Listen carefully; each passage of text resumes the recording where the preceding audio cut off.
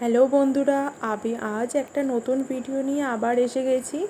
আজকে আমি বানিয়ে নিচ্ছি সর্ষে ইলিশ দুপুরে লাঞ্চের জন্য। তো সেজন্য দেখো, ইলিশ মাছ বাজার থেকে কিনে আনা হয়েছে, আর এটাকে ভালো করে বেছে ধুয়ে আমরা সেটাকে নুন হলুদ মাখিয়ে রেখে দিয়েছি প্রায় 10-15 মিনিট। রেখে দেওয়ার পরে কড়াইতে তেল গরম করতে দিয়েছি। তেল গরম করতে দেওয়ার পরে দেখো, মাছগুলোকে আমরা ভেজে নিচ্ছি। মাছগুলো কড়াইতে ছেড়ে দিয়েছি। দেখতে পাচ্ছ বন্ধুরা, হালকা ব্রাউন কালার ধরেছে মাছগুলোতে। আমরা এগুলোকে লাল লাল করে ভেজে নেব। বর্ষাকাল মানেই তো ইলিশ, তো সেই জন্য আজকে সর্ষে ইলিশ বানিয়ে নিচ্ছি আমরা।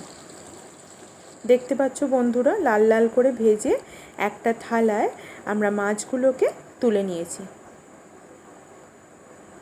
এভাবেই পরপর বাকি মাছগুলোকেও আমরা লাল লাল করে ভেজে সেই থালাতেই তুলে নিয়েছি, তোমরা দেখতে পাচ্ছ। এবারে সর্ষে ইলিশটা আমরা বানিয়ে নেব।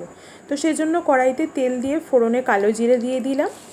দিয়ে দেওয়ার পরে নেক্সট টমেটো, কাঁচা লঙ্কা দিয়ে দিলাম। দিয়ে নাড়াচাড়া করে দিয়ে দিলাম স্বাদ মতো নুন, যাতে টমেটোগুলি ভালো করে বয়েল হয়ে যায়। কিছুক্ষণ এভাবেই নাড়তে থাকবো। নাড়াচাড়া করার পর সামান্য একটু লঙ্কা গুঁড়ো দিয়ে দিলাম। লঙ্কা গুঁড়োর পর নেক্সট আমরা দিয়ে দিলাম হলুদ গুঁড়ো। কিছুক্ষণ নাড়াচাড়া করার পর আগে থেকেই বেটে রাখা সর্ষে পোস্ত আমরা দিয়ে দিচ্ছি।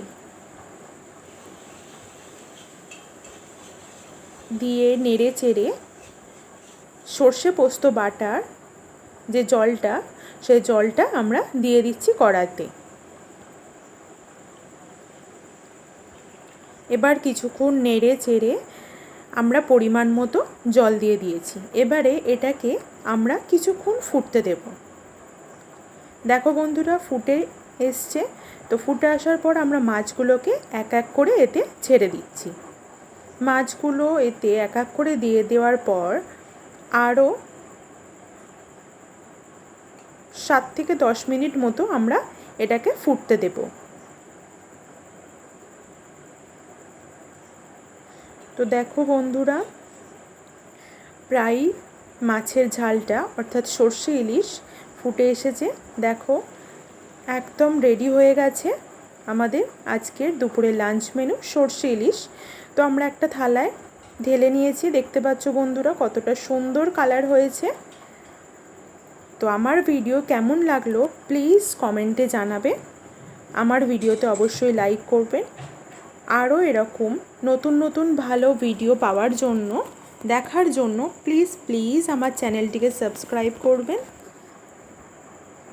আজকের মতো এখানে আমি ভিডিও শেষ করছি। আজকের মতো টাটা, বাই।